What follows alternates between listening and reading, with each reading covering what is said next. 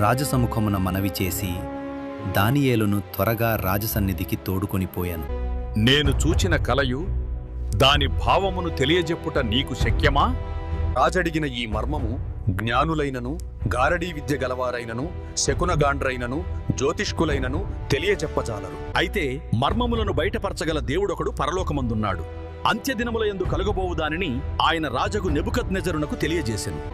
తాము పడక మీద పరుండగా తమరి మనస్సులో కలిగిన స్వప్నదర్శనములు ఏవనగా, రాజా, తాము చూచుచుండగా బ్రహ్మాండమగు ఒక ప్రతిమ కనబడెను గదా.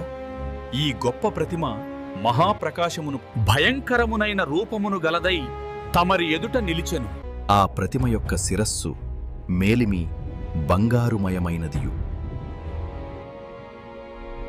దాని రొమ్మును భుజములును వెండివియు,